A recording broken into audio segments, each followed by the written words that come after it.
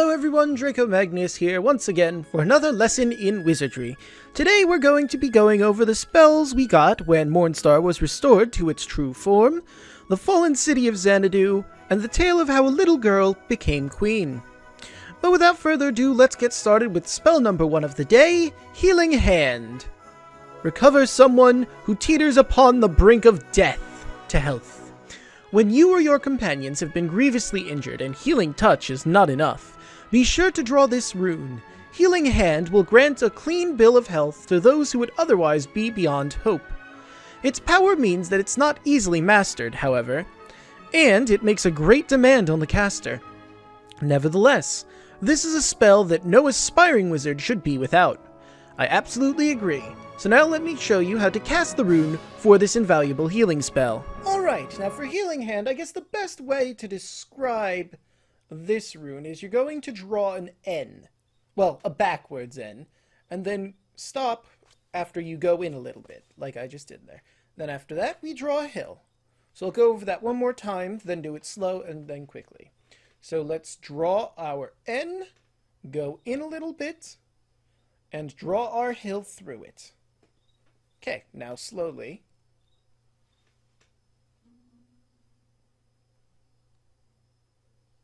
There, and now, finally the quick way. Alright, now we move on to our very next, I was going to say rune, but our very next spell.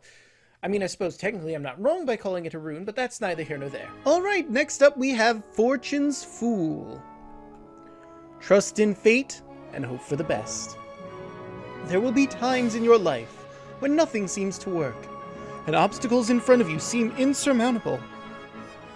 It is on such occasions, and only on such occasions, that Fortune's Fool could be your savior.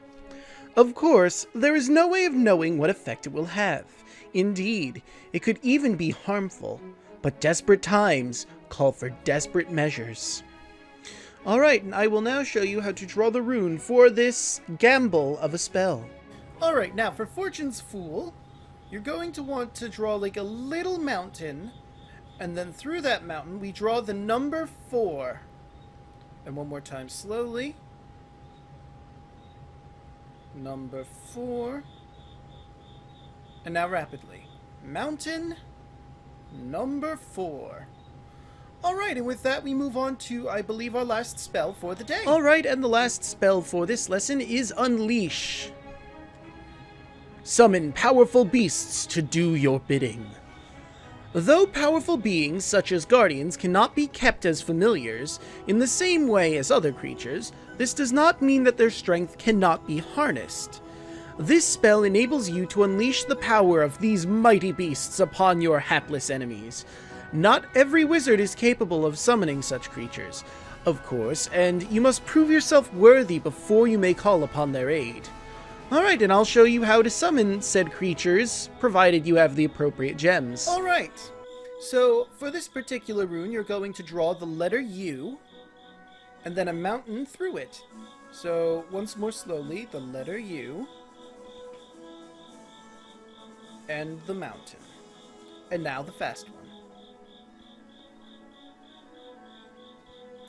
Alright, and that does it for the spells for this lesson. Now we move on to cover Xanadu, the ancient kingdom in the skies. Well, I suppose not ancient. From what they said in the game, it's not like it was an old city, just that it fell. And it sounded relatively recently. So I guess Fallen City is probably the more accurate description of it. But anyway, let's move on, shall we? Legendary Beasts number 4. Master of the Skies. A charm worn by those who ride upon cloud sweepers. The image to the right depicts a charm that is very popular among those who ride cloud sweepers, believed to represent a legendary creature that once served the Queen of Xanadu. This simple yet attractive ornament is said to bring luck to all who fly. Alright, and here we have the page on Xanadu. However, I thought about something when I flipped to this page. Teaching for Aspiring Wizards number 16 is on the left page. We've never really had a good chance to cover it, so I figured while we were here, I might as well cover that as well. So without further ado, Teaching for Aspiring Wizards number 16. Hidden Forest Glades. The secret homes of the forest dwellers. Walk around the world's forest for long enough and you may stumble across a glade that is not marked on any map. Clearings such as these are the domain of the forest dwellers, people who live to protect the woodlands they call home. Shunning towns and cities, forest dwellers spent their days in communication with the natural world. Mysterious forest dwellers. Forest dwellers are said to be able to talk to both plants and animals, which may be the reason behind the curious mode of speech they have developed. Forest dwellers are also capable of enduring great heat and terrible cold, much like a majestic old tree. Aspiring wizards would do well to learn from them. And I guess this would be a lodging, like a house or a hut they would live in, but we haven't seen anything like that.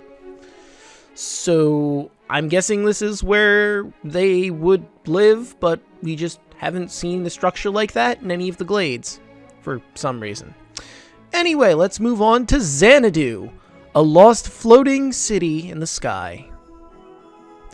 Xanadu was a city built exclusively via magical means, situated atop a mighty stone pillar that was summoned from the depths of the earth. It was ruled by a great sorceress who possessed truly fearsome magical power, and whose prophecies were believed to be infallible. Essential information is the climate is pleasantly warm all year round.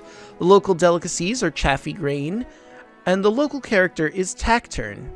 The local sport is cloud sweeper racing. But anyway, with all that said and done, let's move on to this section of it, showing a picture of Kublai. Not Kublai, Kulan. Their names are very similar, though, so threw me off for a second. Kulan, Sorceress of Xanadu. The Dragon's Lair, a cave near Xanadu that was destroyed at the same time as the floating city. It was once said to be the home of a mighty dragon, and was therefore off-limits to ordinary travelers. That's a shame. We could have seen a dragon's lair. That would have been amazing. Shame the city and the cave was destroyed. I hope that dragon got away alright. It's an interesting pillar, too. But with all that said and done, we move on to the story at the end of our lesson today about the girl who became queen. I'll see you all in just a moment. The seventh tale, how the little girl became queen. The little girl. In Xanadu, the kingdom in the clouds, a ruler has always possessed many a mysterious power, not least the ability to make the most prescient of prophecies. This is the story of one such ruler, of whom little was expected when she first ascended the throne. Xanadu's new ruler was a little girl, cowardly and weak. Though it was a peaceful place with a temperate climate and few, if any, monsters, Xanadu had never known a cowardly ruler. The thought alone was simply preposterous. The girl herself knew that she was a coward, having never displayed courage or daring since the moment of her birth. She was scared of sleeping alone, and the thought of being in the temple at night filled her with a holy dread. Despite claiming that she had a well of courage to draw on if necessary, she would undoubtedly have been found waiting if she had been asked to deal with a giant, or dragon, or even a lion. Life surrounded by adults was lonely and dull for the little girl. She had no friends, and become very sullen. As a result, everyone assumed that she was humble and wise, for most of those who rise to rule over Xanadu are powerful sorceresses, and prone to self-importance. Though baseless, the myth of the girl's wisdom meant that her reign was very peaceful, with none of the tension or infighting that marred the reigns of her predecessors. Sinister rumors. She had not ruled for long, however, when it became apparent that a dragon had taken residence near Xanadu, in a great cavern, measureless to a man. Alas, this was no ordinary dragon. Indeed, it was said to be as large as a castle, utterly evil, and endowed with a tail twice 5 miles long. Such sinister rumors grew, as sinister rumors always do. And by the time they'd reached the palace, they had the courtiers in a state of some excitement. After much frantic discussion, a conclusion was reached. Their ruler, the little girl, must be sent to deal with the dragon. Though she was still young, everyone believed her to be both wise and brave, and it was concluded that her age was of no significance. Thus, having no choice but to fulfill the duty assigned to her, the little girl set off for the dragon's cavern, a savage place. The waning moon cast scarcely any light into the dismal cavern, and big wet drops fell onto the little girl's head as she made her way through the darkness, nervously clutching her wand. Though she quivered with fear, she knew that she had little choice but to push on. She was the ruler of Xanadu, after all, and rulers must show courage, however frightened they may be. Having pushed deep into the cavern, the girl finally encountered the dragon. It was not as big as she'd feared, but it would still have ordinarily been more than a match for a little girl like her. The dragon, however, was injured. One of his wings was broken, and he was unable to fly. Indeed, he had no way of avoiding the little girl's spells. It seemed the tables had turned in her favor. Just then, the dragon turned to her and said, "You came alone? I suppose you knew that I was injured. I shall surely perish soon. All you need to do is wait, and your duty shall be fulfilled." But the little girl took out her wand and proceeded to draw a rune. The spell she cast began to heal the dragon's wounds. Being so young, it took a long time for the healing magic to work, but her concentration never wavered. "Heal me and I could come after you and eat you. Are you sure about what you're doing?" The little girl thought for a moment before replying politely. "I should not like to be eaten, and yet I do not see why you should die. Perhaps we could reach an agreement instead? I will heal your wing if you swear to spare this kingdom." The dragon made no reply, and simply gazed at the girl with flashing eyes.